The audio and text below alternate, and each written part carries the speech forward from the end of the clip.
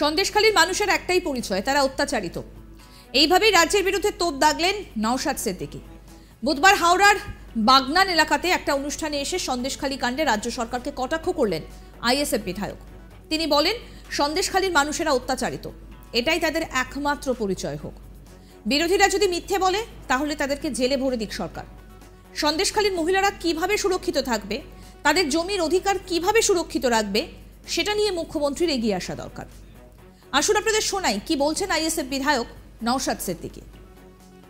বাধ্যবাধকতা আমার নাই, কারণ যে কুণাল ঘোষ মহাশয় একসময় মাননীয়ার সম্পর্কে যে মন্তব্য করেছিলেন, সেই মন্তব্য আজকে সেই মাননীয়া তিনি আবার দলের যোগ্য সৈনিক হয়ে উঠেছেন। সুতরাং তিনি কি কোশ্চেন করছেন উত্তর দিয়ে আমার প্রয়োজন বোধ করি না। তারপরেও শুধু একটা কথা বলবো, নওশাদ সিদ্দিকী বিরোধী দলনেতা মিথ্যা কেস দিয়ে 41 দিন যদি আটকে রাখতে পারেন, আপনাদের সাহসটা দেখান। সেই বিরোধীরা যদি অন্যায় মানে এলাকায় মিথ্যা খবর চড়িয়ে এলাকাকে যদি উত্তপ্ত করাই, এর সেকশন লাগিয়ে আমাদেরকে ভিতরে রাখছেন না কেন, জেলের মধ্যে রাখছেন না কেন? সন্দেশখালীর মানুষ অত্যাচারী মানুষ, পরিচয় তাদের একটাই হোক, তারা অত্যাচারী। তারা কিভাবে ন্যায় পাবে, তাদের মহিলারা কিভাবে সুরক্ষিত থাকবে, তাদের জমি কিভাবে বাঁচবে, সেটার লড়াই মুখ্যমন্ত্রীকে আসা দরকার, এগিয়ে আসা দরকার। যেটা আমরা আইএসএফ তাদের হয়ে যে লড়াইটা দেওয়ার চেষ্টা করছি, সেটাই হচ্ছে কোন ধর্ম, কোন জাত, কোন বর্ণ থেকে বড় কথা, তাদের মহিলারা নিরাপদে থাকবে কিভাবে, তাদের জমিগুলো কিভাবে সুরক্ষিত থাকবে, সেটাই আমাদের দেখা। বাধ্যবাধকতা আমার নাই। মমতা বন্দ্যোপাধ্যায়ের শুটিং এর প্রসঙ্গকেও টেনে এনে তোপ দেখেছেন নওশাদ সিদ্দিকী। তিনি বলেন, ভোট এলে সব কেন্দ্রে তিনি প্রার্থী হয়ে যান, আর দুর্নীতির ঘটনা ঘটলে তিনি দায়িত্ব এড়িয়ে যান। যাকে সন্দেশখালীর মানুষ ভোট দিয়ে জেতালো, তাদের দরকারে তাকে পাশে পাচ্ছেন না। এই বিষয়ে কি বললেন আইএসএফ বিধায়ক নওশাদ সিদ্দিকী, সেটাও শোনাবো। যখন ভোট আসে কি বলে, 42টা সিটে আমাকে দেখে ভোট দাও, 294টা সিটে আমাকে দেখে ভোট দাও। যখন দুর্নীতিগ্রস্ত হয়ে যখন জেলে যায়, কারো সুগারের কথা বলে, তো কারো বিভিন্ন কথা বলে, তখন তিনি দায় এড়িয়ে যায়। যেই নুসরাত জাহান ওখানকার এমপি, সেই এমপি আজকে কোথায়? তিনি বিভিন্ন ডে সেলিব্রেশন করছেন তিনার কাছের মানুষদেরকে নিয়ে, কিন্তু তার ভোটাররা যখন আজকে এই অত্যাচারের সম্মুখীন হয়েছে, তার এলাকায় এলাকাকে উত্তপ্ত, সে এলাকাকে ঠান্ডা করার জন্য, শান্ত করার জন্য তিনি একজন অভিভাবিকা হিসাবে, জনপ্রতিনিধি হিসাবে তাকে খুঁজে পাওয়া যাচ্ছে না। এর জবাব কিন্তু আগামী দিনে বাংলার মানুষ মমতা ব্যানার্জিকে দেবে। আর একটা বাংলার মানুষের উদ্দেশ্যে বলবো, এই মমতা ব্যানার্জির কথা শুনে আগামী 2000 এই যে জেনারেল ইলেকশন, লোকসভা ইলেকশনে ভোট দেবেন না। কারণ যাদেরকে আপনারা ভোট দিয়ে জেতাচ্ছেন, যখন আপনারা সমস্যায় পড়ছেন, আপনাদের জনপ্রতিনিধিদেরকে আপনারা পাচ্ছেন না কাছে। পাশাপাশি লোকসভা নির্বাচন নিয়েও আইএসএফ যে তার প্রস্তুতি সেরে ফেলেছে, সেই কথাও তিনি জানিয়েছেন। একই সঙ্গে তিনি বলেন, তৃণমূলকে মানুষ পরাজিত করবে, বাংলার মানুষই পরাজিত করবে তৃণমূল কংগ্রেসকে। শুনুন এই বিষয়ে কি বললেন তিনি। দেখুন, সামনে লোকসভা আমরা প্রস্তুত আছি। তৃণমূল কংগ্রেসকে ব্যাপকভাবে বাংলার মানুষ পরাজিত করবে, তারও প্রস্তুত নিয়েছে। তখন ভাড়া করে তো তৃণমূল কংগ্রেস লোক নিয়ে যায়, যে যেটা কাজ সেটা ঢেকুর তুলে। এই মিটিং মিছিল আগে 100 দিনের কাজের লোককে নিয়ে যেত, এখন কাজ বন্ধ হয়ে যাওয়ার ফলে সেলফ হেল্প গ্রুপ যেগুলো আছেন, বিভিন্ন গ্রুপের মহিলাদেরকে নিয়ে যাচ্ছে, বা তারা যখন যেতে চাইছে না, মা বোনেরা যখন যেতে চাইছে না, কাউকে ভিড় করানোর জন্য বিরিয়ানির প্যাকেট 500 টাকা বিভিন্নভাবে দিয়ে যাচ্ছেন।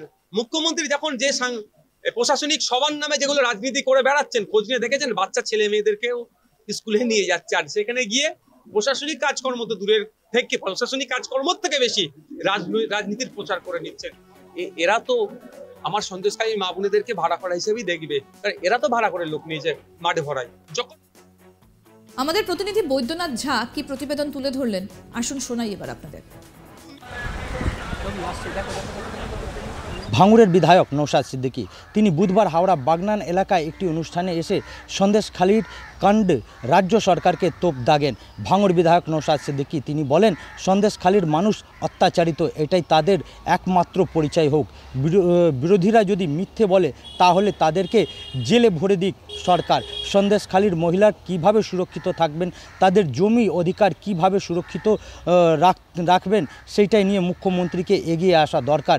ভোট এলে সব কেন্দ্রে তিনি প্রার্থী হয়ে যান, আর দুর্নীতি ঘটনা ঘটলে তিনি দায় এড়িয়ে যান। যাকে সন্দেশখালীর মানুষ ভোট দিয়ে জিতিয়েছে, তাকে দরকারের সময় পাওয়া যাচ্ছে না। তার একটাই বক্তব্য যে সন্দেশখালীর যে মানুষ রয়েছেন, তাদের পরিচয় একটাই হোক, অত্যাচারিত।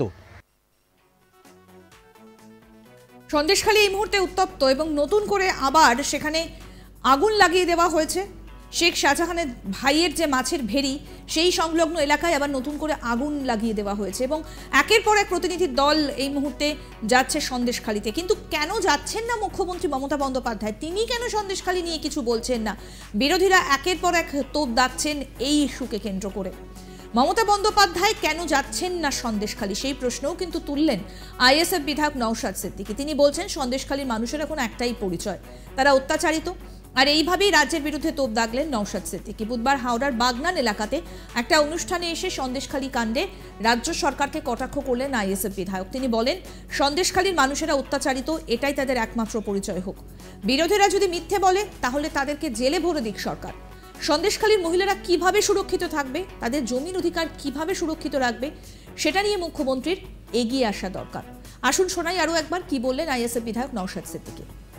বাধ্যবাধকতা আমার নাই, কারণ যে কুণাল ঘোষ মহাশয় একসময় মাননীয় সম্পর্কে যে মন্তব্য করেছিলেন সেই মন্তব্য আজকে সেই মাননীয় তিনি আবার দলের যোগ্য সৈনিক হয়ে উঠেছেন।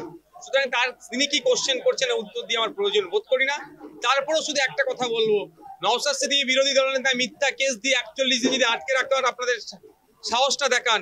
সেই বিরোধীরা যদি অন্যায় মানে এলাকাকে মিথ্যা খবর চড়িয়ে এলাকাকে যদি উত্তপ্ত করাই, এর সেকশন লাগিয়ে আমাদেরকে ভিতরে রাখছেন না কেন, জেলের মধ্যে রাখছেন না কেন? সন্দেশখালীর মানুষ অত্যাচারী মানুষ, পরিচয় তাদের একটাই হোক, তারা অত্যাচারী। তারা কিভাবে ন্যায় পাবে, তাদের মহিলারা কিভাবে সুরক্ষিত থাকবে, তাদের জমি কিভাবে বাঁচবে, সেটার লড়াই মুখ্যমন্ত্রীকে আসা দরকার, এগিয়ে আসা দরকার।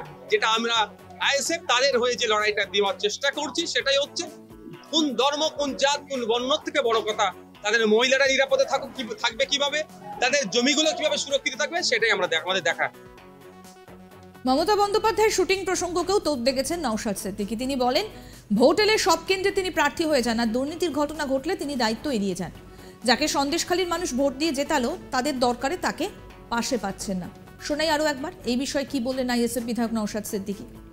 যখন ভোট আসে কি বলে, 42টা সিটে আমাকে দেখে ভোট দাও, 294টা সিটে আমাকে দেখে ভোট দাও।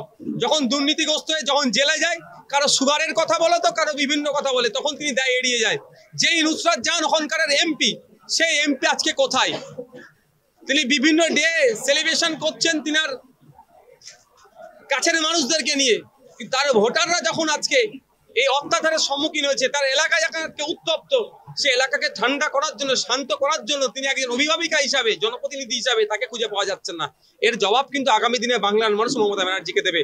আর একটা বাংলার মানুষের উদ্দেশ্যে বলবো, এই মমতা ব্যানার্জির কথা শুনে আগামী 2000 এই যে জেনারেল ইলেকশন, লোকসভা ইলেকশনে ভোট দেবেন না। কারণ যাদেরকে আপনারা ভোট দিয়ে জেতাচ্ছেন, যখন আপনারা সমস্যায় পড়ছেন, আপনাদের জনপ্রতিনিধিদেরকে আপনারা পাচ্ছেন না কাছে।